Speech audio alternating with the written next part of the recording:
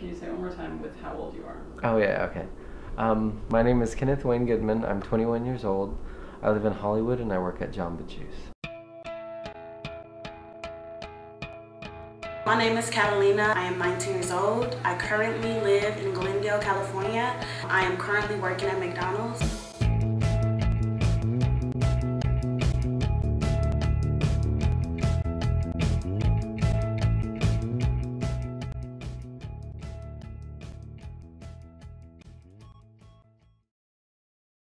I got my own place where we are now. The Covenant House really did help me a lot as far as like getting my own apartment. It's really a blessing because like a lot of people don't have this opportunity, and it really is hard out here in California. It's really expensive, and where I'm living now is really affordable and comfortable. This is my apartment, and this is my roommate Nisha. And this is us. Now I'm really grateful for this.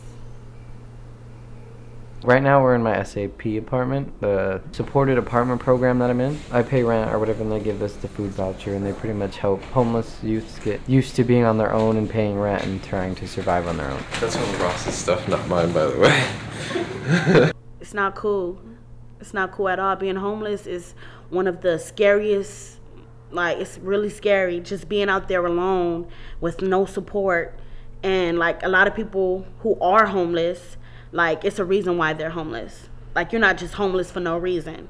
You went through something. Everybody has a story. Okay, I was born in Pomona, and then I moved to Apple Valley until I was 6. I lived with my biological dad and my stepmom. I had 2 stepbrothers and my twin sister. I never knew my biological mother. When I hit 6, I went into foster care because my dad started doing drugs and domestic violence. I just remember like screaming, you know, some weird stuff. And then I always used to like take my dad's cigarettes and break them. You know, as a little kid you hate when your parents smoke. I used to break them. He'd get so mad. But I was like, whatever, I don't want you to smoke. When I was younger, I was taken away from my mom. And she got us back when we were 6 years old. I was so mean to my mom because I felt like she was the reason why. I feel like everybody could work, like non-citizens, citizens, whatever. And like, I didn't know her disability. Like my mom, she's schizophrenic and she's not a citizen from out here, which means that she can't function. You know what I'm saying? So with that, like, we are her shadow. Since she's struggling, we are struggling. You know what I'm saying? And like it's been raging from when we were younger. I don't know, she'll just whisper to herself. Like it was a lot of stuff that she did. And it scared me sometimes, like just being young and like you sitting looking at your mama, just, you know, like who is you talking to? Is there any ghosts? Like you looking around. Like me personally, I don't like being around her. My parents started fighting, and I guess somebody called about a domestic disturbance, or I think that's what it's called. And then like a bunch of police cars came, and they put me and my sister in one car, and they put my stepbrothers in another, and they like drove me and my sister to my aunt's house. I don't remember where that was exactly, but we stayed there for a bit until they decided to come and put us in foster care when we moved to Lancaster. How come you guys didn't stay with your aunt? Because she couldn't take care of us. I think she was on like SSI, and then her husband worked and she had kids of her own. There's no place like home. Like you living with your mom, you live in a certain way and you comfortable that way. And then once you go into another environment, like with your aunt or somebody like that, it's not like home. You know what I'm saying? Like I had to deal with molestation, with verbal abuse. Like I felt like I wasn't wanted in a way. My stepmom kind of like played favoritism. She chose like her kids over like me and my twin sister instead of treating us equally. So like one time we were eating tomato soup, and she made it really gross, and I threw it up. But she saw me threw it up, but she told me I had to eat it anyway. So she stood there and watched me while I had to eat it. So yeah, it's kind of like it just grosses me out thinking about it. When I have kids, I don't want them to ever tell me that they're hungry or to ever tell me that they hate me. You know what I'm saying? Because I used to tell my mom that because Like, I feel like she's the reason why. You know what I'm saying? So, I'm sorry. How would you say your relationship with her is today? I don't have a relationship with her. And it's not because of the fact that we went through so much. It's mainly because, like, she can't help me. You know what I'm saying? And I have to find my own way. My foster family's pretty chill. I mean, I guess. I mean, they were. You know how, like, some people change after they have complete, like, control over you? That's, like, my dad stayed the same, but my mom, like, got, like, completely, extremely religious. What kind of religious stuff do you guys do? My family was Jehovah's Witnesses. So they pretty much went to church all the time, and you get those people who knock at your door. That was us.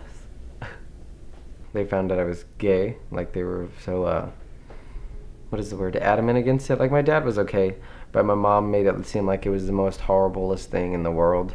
My sister's lesbian, and, like, my mom was trying to blame me for that, and, like, I finally just, like, told her off, and then she got mad and was like, oh, you need to be out in 2 weeks.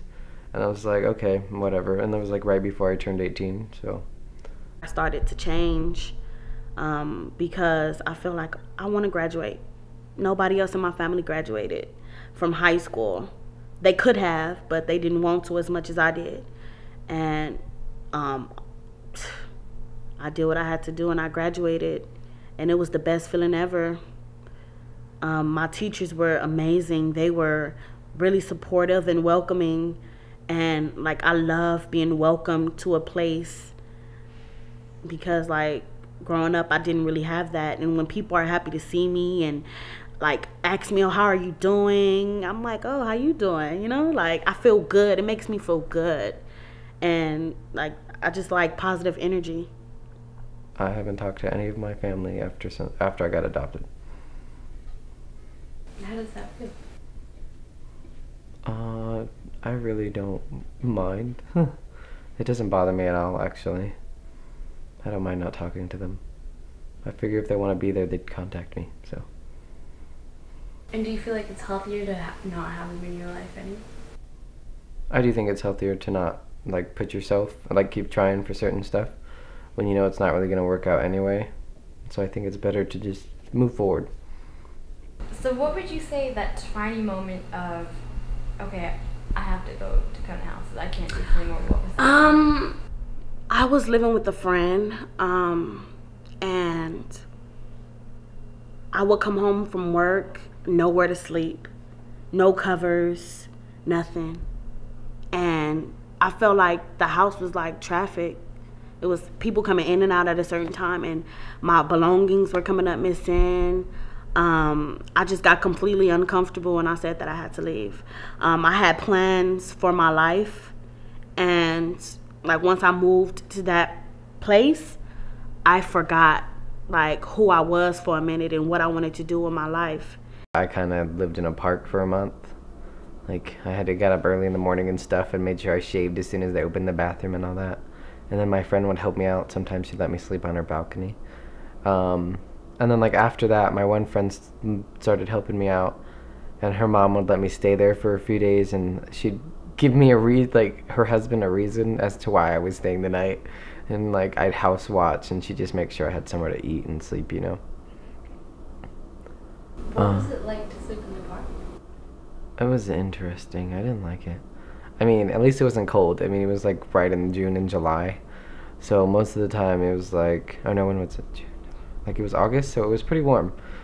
Except, like, I mean, I could only go in there in, like, a dark when it hit, like, 10:30, 11 at night, because it would be dark. Then I'd have to get up before people at the park came.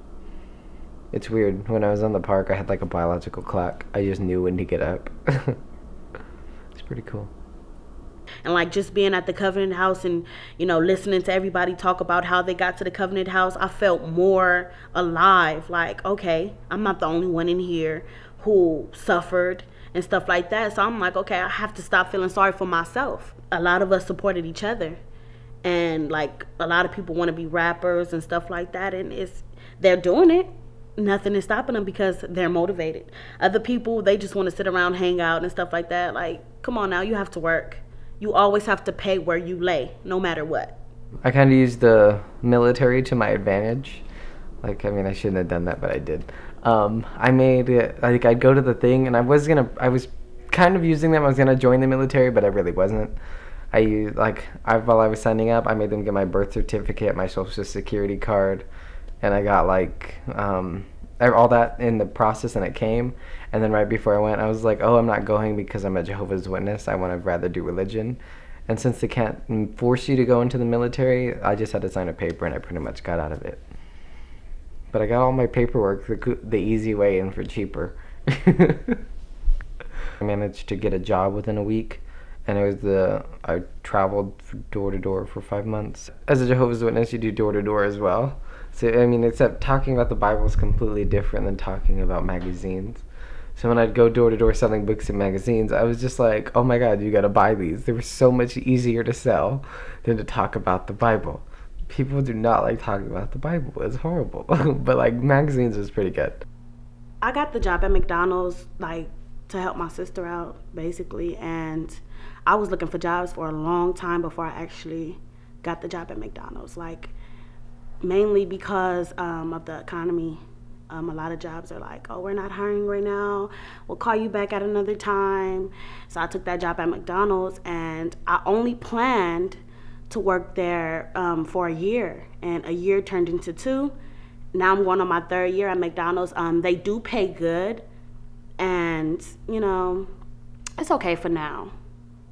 For now, it's good. When I started the job, it was cool, but like when I didn't make enough money to really take care of myself or survive. It was just enough to barely get by because it was all commission. But like I saw a lot of places. I've seen all of California, like all the way up past San Francisco and stuff. Then I went to Texas, New Mexico, Arizona, Colorado, Utah, and Nebraska. There we go. Like, I don't know, I just want to change my future so that, you know, when I do have kids, they're all set. They can eat whatever they want to, run around like Rugrats if they want to. I just want them to be comfortable. And like, I don't want to be rich, but I also don't want to be poor. I want to be okay. I want to be able to actually live in my own place and support myself. And whoever else lives with me, of course. Right now, I'm just going to be completing my general education classes. I do want to do something in the criminal justice field. I love watching Criminal Minds and stuff like that. I'm a really big fan. I'm going to transfer from LACC maybe to CSULA or hopefully a UC college. And then I'll be having money. I want to be working as a graphic designer or doing social services. I think being in foster care kind of made me want to go to that area too. It's completely 2 different directions, but either one I would be satisfied with.